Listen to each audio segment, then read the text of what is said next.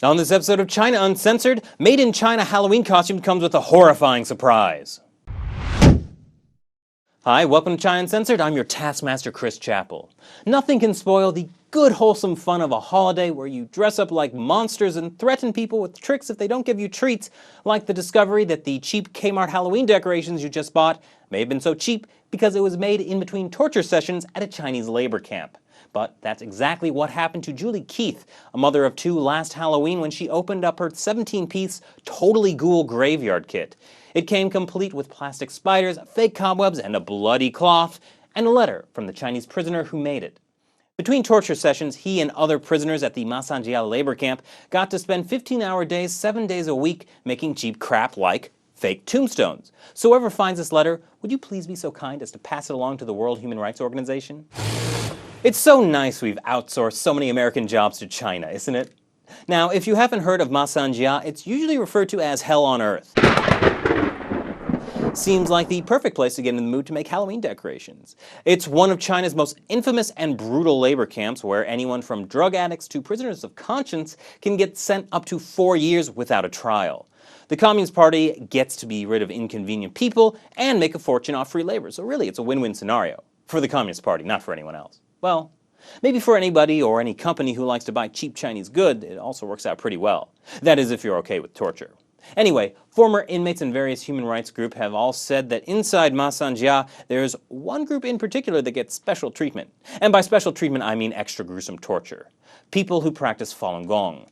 Well, in a new article by the New York Times, they've found out that the inmate at Masanjia who wrote that letter was himself a Falun Gong practitioner.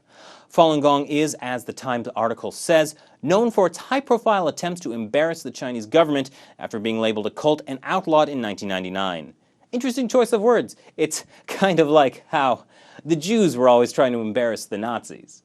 Mr. Zhang, the man who wrote the letter according to the Times, said over the course of 2 years he secretly wrote 20 letters that he snuck in at great risk into products being shipped to the West. He guessed where the packages were going based on the language of the packaging. Inmates weren't allowed access to pens or paper, so he had to steal a set, hide it in the hollows of his bedpost, and sneak the letter into the packaging at just the right time. Too early and it'd be discovered, too late and he'd miss his chance. Now, of course, the Chinese regime is always willing to answer allegations of human rights abuses in an open and above-board way. That's why they did a special investigation of Masanjia by carefully handpicking their own people to go in and have a look. Now, believe it or not, I was able to pull a few strings, call in a few favors, and I got one of my people on the inspection tour of Masanjia. Joining us now, live from Masanjia, is co-host of Off the Great Wall, Dan Chen. Hi, Dan. Hey, Chris.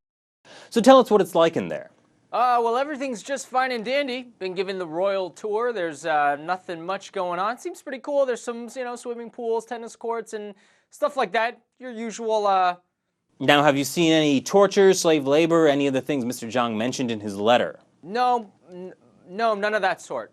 Now, I don't get it. This isn't anything like what former inmates said was going on in there. Actually, the accommodations are pretty nice. Not very cramped. There's a game room, a kitchen, pantry.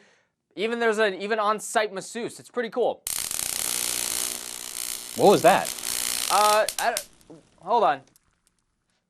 Yeah, those were bug zappers. Wait, who said that? Yeah, he's kind of like my official royal tour guide kind of guy. There's a lot of those guys, they just want to make sure that I don't go into any places that they don't want me to go into. Maybe, don't want to waste my time.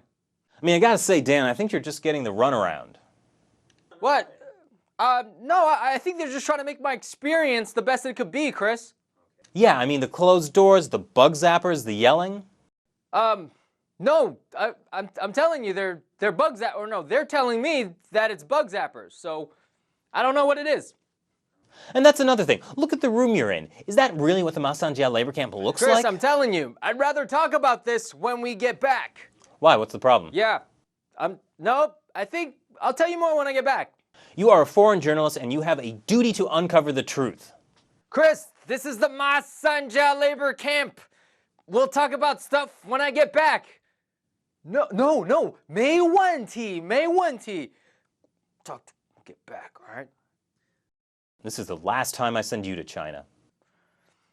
This is Dan from China here, and I'll see you later. Well, what do you guys think? Would you buy things made in China even knowing that some of them are made in labor camps? Leave your comments below and share this video with your friends. Once again, thank you to Dan from Off the Great Wall. Check out their show. Thanks for watching this episode of China Uncensored. I'm Chris Chappell. See you next time. I just want to thank Dan for helping me out. Dan, why don't you introduce yourself? Hey guys, I'm Dan from Off the Great Wall. It's always a pleasure to work with Mr. Chris from China Uncensored. Pleasure having you. Excellent. And check out our channel, Off the Great Wall. Thanks for watching. Take care. All right, cool. Cool, yeah. Sounds good, man.